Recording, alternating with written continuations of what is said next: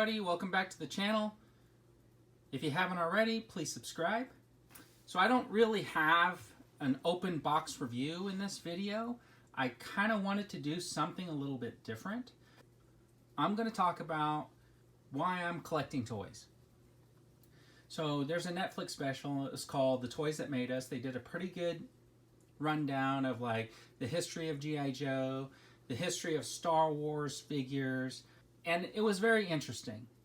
So when I started doing my reviews and I started getting out there and trying to put the word out that I was doing reviews, I found a community of other people that are interested in these toys, in collecting, in Star Wars, in other pop culture medium that I hadn't really connected with before. And I thought that one of the things that I could do is just talk about why it is that I collect toys and open them up and show you about them. I want to talk about basically the toys that make me. But I'm going to start kind of from the beginning. So for me, I started out with the 12-inch G.I. Joes that like you see in the back. And this is one of the few original 12-inch G.I. Joes that I still have. He doesn't have the Kung Fu grip, and I'm not 100% sure he's even in the correct outfit. But I have the helicopter that I always kept him in, and I guess that's the only reason why I still have him in such good condition. When I was little, we used to play with these, and I remember my brother used to shave off some of the mustaches and beards so they would like look a little bit different, because we didn't play with them as G.I. Joes or the Adventure Team or something like that. We always made up our own character names and stuff like that. But that's kind of how I got started. Now, I'm a military brat, so we lived overseas. Lived on a little tiny island off the coast of Japan. It's called Okinawa. There were a few different military bases there. But one of the benefits about living in another country like that is that you get exposed to, especially if you're a kid, to the culture and the TV of the area. And I was exposed to all of these Japanese superhero shows like Kamen Rider, Super Sentai, you know, just Ultraman, and it was just so cool to be able to sit around and watch these superheroes on TV fighting the bad guys and shooting lasers, and then to be able to get a toy. Now these are similar, these are the toys that these are two of the plastic toys that I had when I was a kid. This is a Kamen Rider figure. He's supposed to have a helmet. I don't really have the helmet anymore. This came out of a box. But I had this when I was little. And I had a whole series of the known as Power Rangers now, which is the Super Sentai, which is what they're based on.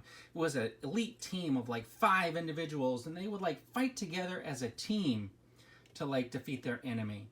And I had these plastic figures. They were like really cool to be able to like watch these guys on TV and then to be able to have this figure.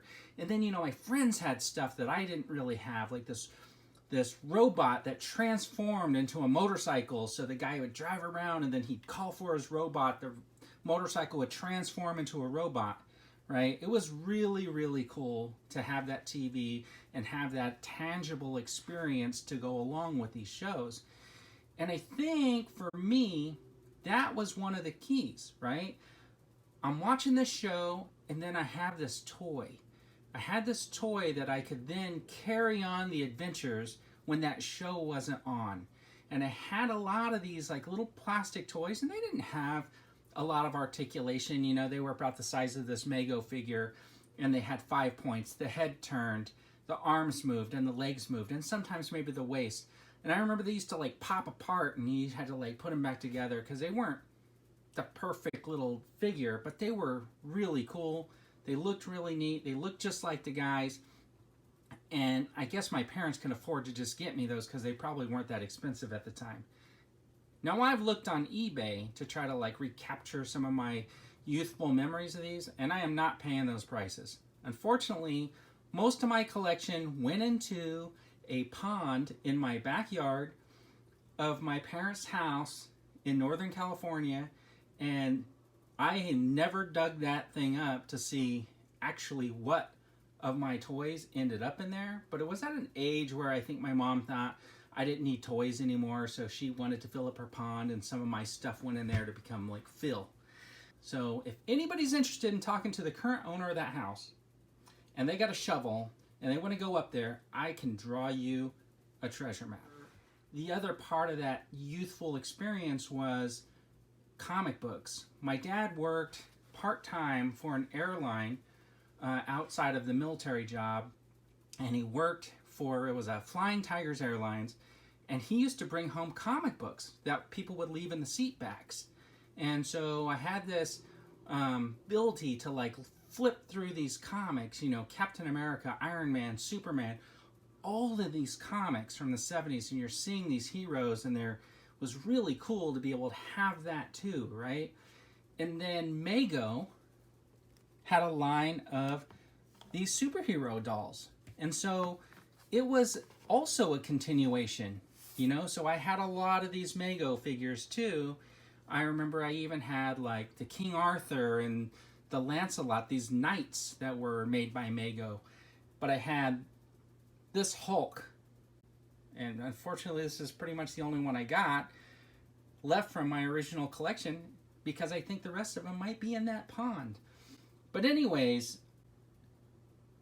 I had the Iron Man, I had the Superman, there was like a Tarzan, Batman, and Robin. I remember Batman's hood used to come off, and then there was like a Batwoman, and you know, you had the Penguin and the Joker, so you had all the characters that you can imagine in these Mego figures, and you were able to, like, as a kid, carry on that experience of those shows or those comics when you weren't reading them and you were playing and you had those figures. And I think for me, that's kind of the beginnings of it, right? And then when Star Wars came out in the late 70s and those figures came out, that was like a continuation of seeing this movie that just swept the country and the world, and then having these figures to carry on the adventure over the next 2 years until the next movie was coming out, and just imagine what the story would be. And it just made your imagination go crazy.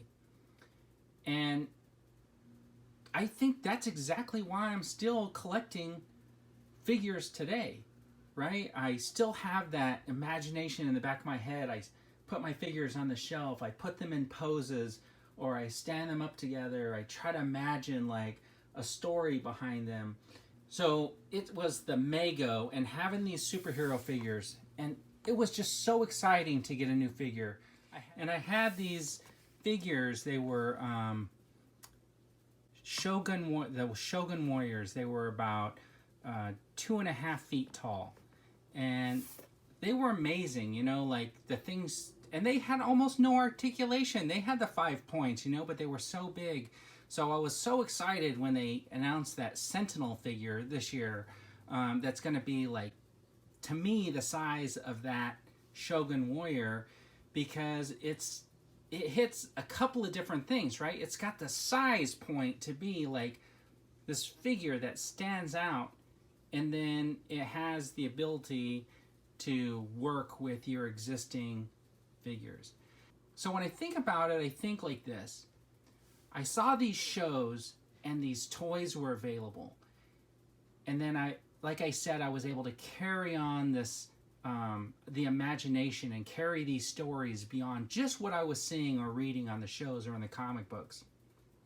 And it's carried me through, you know, if you think about stuff like, I'm sitting around my house being nostalgic over the greatest American hero one day, and I decide I'm going to search around and see what's a greatest American hero figure. Did they make any? Because I don't remember them making any, but they did, and apparently they're super expensive, so there's no way I'm going to spend that kind of money on something over nostalgia. So I do customize some stuff. So I made my own greatest American hero figure, right?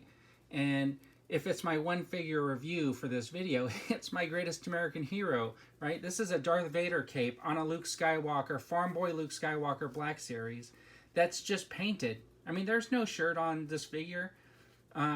This thing I customized, you know, and painted this. I had to make this chest piece, and I know it's not perfect, but I think if you saw him on the shelf, you'd know who he was. I added some curly hair, you know, I tried to make some curly hair in there, and I think it looks okay. I mean, you see him up on the shelf, I think he represents the Greatest American Hero. So to me, that's the other way as an adult I'm getting the collectible that I want. But it looks pretty cool. And Big Jim here, right? With his flesh-filling arms, you know? Look at that. Look at that muscle. So all of these figures had something to offer a kid who was using his imagination. So for me, it wasn't, Star Wars wasn't the beginning. Star Wars and Star Wars figures were the continuation. And that's where my next video is going to go. My next video in this series talking about the toys that make me. So stick with me, subscribe to the channel, and like always, come back for more.